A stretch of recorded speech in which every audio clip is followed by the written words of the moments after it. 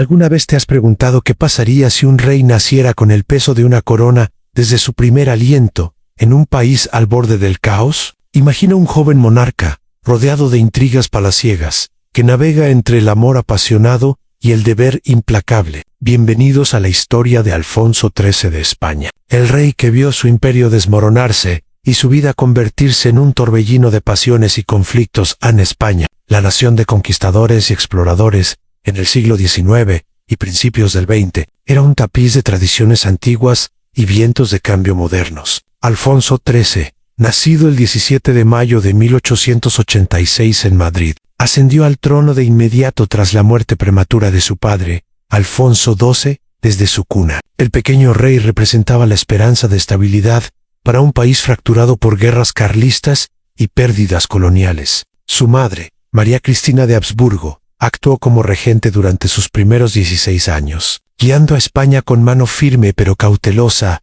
durante su reinado, que duró formalmente desde 1886 hasta 1931. Alfonso XIII presenció y participó en actos que muchos consideraron opresivos hacia sus súbditos. Aunque no era un tirano clásico, su apoyo a regímenes autoritarios y la represión de movimientos obreros y regionales marcaron su era. En las colonias restantes, como en Marruecos, las campañas militares bajo su mandato llevaron a masacres y sufrimientos innecesarios. La Guerra del Rif, por ejemplo, vio a tropas españolas cometer atrocidades contra las tribus bereberes, con miles de muertos en batallas sangrientas como la de Añol en 1921, donde 13.0 soldados españoles perecieron en una emboscada. En Casa, la Semana Trágica de Barcelona, en 1909, resultó en ejecuciones sumarias y represión violenta de protestas anticlericales y contra el reclutamiento forzoso. Los trabajadores, anarquistas y catalanes independentistas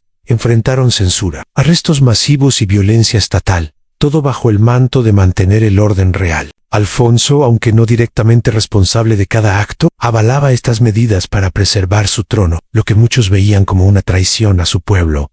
Pero Alfonso XIII no era solo un rey distante. Su atracción por las mujeres era legendaria, un rasgo que lo humanizaba y escandalizaba a partes iguales. Conocido como un galán incansable, mantuvo numerosas amantes a lo largo de su vida, incluso durante su matrimonio con la reina Victoria. Eugenia de Battenberg, en 1906, se rumoreaba que tenía hasta 5 hijos ilegítimos, fruto de relaciones con actrices, aristócratas y mujeres del pueblo. Una de sus amantes más famosas fue la cantante y bailarina Carmen Ruiz Moragas, con quien tuvo 2 hijos. Su pasión por el placer femenino lo llevó a coleccionar fotografías eróticas y a involucrarse en aventuras que ponían en riesgo su reputación. Esta debilidad por las mujeres no era solo personal, influía en decisiones políticas, como favores a familias conectadas con sus conquistas. En una época de puritanismo victoriano, su comportamiento era un secreto a voces en la corte, alimentando chismes y caricaturas en la prensa satírica.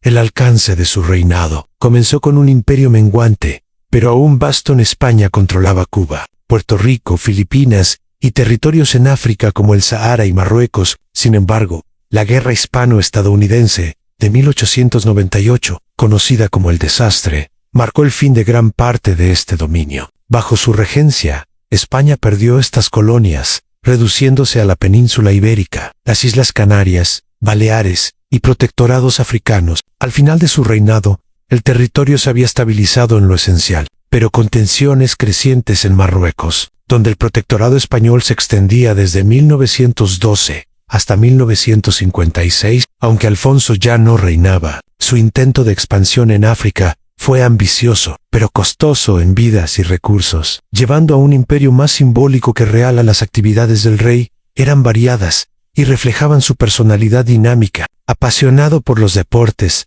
promovió el automovilismo y el fútbol, fundando el Real Madrid en 1902 al otorgarle el título real. Viajero incansable, visitó fábricas y regiones para modernizar España, impulsando la electrificación y la industria. En política exterior, mantuvo la neutralidad en la Primera Guerra Mundial, lo que permitió a España prosperar económicamente al suministrar bienes a ambos bandos. Sin embargo, su intervención humanitaria fue notable. Creó la oficina Procotivos para ayudar a prisioneros de guerra, salvando miles de vidas mediante intercambios y búsquedas. En el ámbito militar, se involucró directamente, inspeccionando tropas y tomando decisiones estratégicas, aunque a veces impulsivas. Uno de los deseos más extraños y excéntricos de Alfonso era su fascinación por lo oculto y lo sobrenatural. Se decía que coleccionaba objetos místicos y consultaba a astrólogos, influenciado por la tradición esotérica de la corte española. Además, su afición por la pornografía era inusual para un monarca. Se rumoreaba que producía y coleccionaba filmes eróticos privados en los años 20, colaborando con directores como el conde de Romanones. Esta veta hedonista contrastaba con su imagen pública de rey devoto y familiar, revelando una dualidad fascinante. Los conflictos y desafíos fueron constantes en su vida. Desde joven, enfrentó atentados anarquistas, como el de Mateo Morral en su boda, en 1906, donde una bomba mató a 23 personas, pero lo dejó ileso. La inestabilidad política, con gobiernos efímeros y corrupción, lo llevó a apoyar el golpe de Miguel Primo de Rivera en 1923, estableciendo una dictadura que inicialmente estabilizó el país, pero luego lo desgastó. El desafío catalán y vasco por autonomía, junto con el auge del republicanismo, culminaron en las elecciones municipales de 1931, donde los republicanos triunfaron, forzando su exilio sin abdicar formalmente. Sus logros destacados incluyen la modernización de las Fuerzas Armadas y la promoción de la cultura. Fundó instituciones como la Residencia de Estudiantes, cuna de intelectuales como Lorca y Dalí. En educación, impulsó reformas para universalizar la enseñanza, aunque con limitaciones. Su propia educación fue rigurosa en tutores militares y académicos. Le enseñaron historia, idiomas y estrategia desde niño, formándolo como un rey ilustrado, pero conservador. En cuanto a su educación formal, Alfonso recibió una formación elitista. En el Palacio Real, estudió con preceptores como el general Francisco Franco Bahamonde. Irónicamente, el futuro dictador y expertos en equitación, esgrima y diplomacia. Aprendió francés, inglés y alemán con fluidez, y se interesó por la ciencia y la tecnología, asistiendo a exposiciones universales. Esta base intelectual lo ayudó a navegar en cumbres europeas, donde se codeaba con reyes como Eduardo VII de Inglaterra, su suegro político, y sin embargo, los desafíos personales no faltaron. Su matrimonio con Victoria Eugenia trajo la hemofilia a la familia real, heredada de la reina Victoria de Inglaterra. Dos de sus hijos, Alfonso y Gonzalo, sufrieron esta enfermedad, causando tragedias como la muerte prematura de Gonzalo en un accidente. Esto added a la carga emocional del rey, quien buscaba consuelo en sus aventuras extramatrimoniales. Politicamente, el rey enfrentó la Gran Depresión incipiente y el descontento social, con huelgas generales y atentados que minaban su autoridad.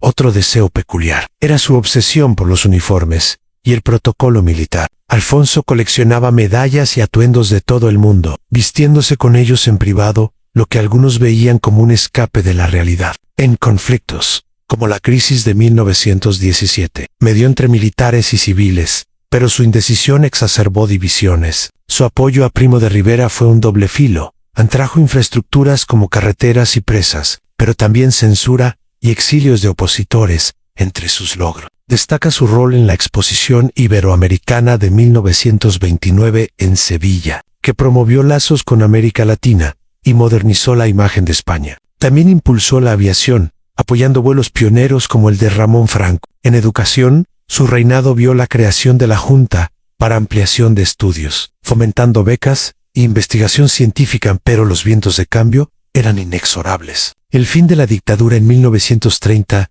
dejó a Alfonso expuesto. Las elecciones de 1931 sellaron su destino. Partió al exilio en París, luego Italia, viviendo modestamente pero manteniendo contactos con monárquicos. En 1941, abdicó en favor de su hijo Juan. Poco antes de morir en Roma el 28 de febrero, a lo largo de su vida, Alfonso XIII encarnó las contradicciones de una monarquía en declive, un hombre de pasiones humanas en un trono divino, un rey que amó a su país pero no pudo salvarlo de sí mismo. Sus opresiones indirectas, sus amores prohibidos y sus esfuerzos por modernizar contrastan con los desafíos que lo derrocaron en sus actividades diplomáticas. Incluyeron visitas a Francia y Alemania, fortaleciendo alianzas. En Marruecos, su expansión territorial fue controvertida, con batallas que costaron vidas pero aseguraron el protectorado. Al final, su reinado se contrajo a una España continental, agitada por regionalismos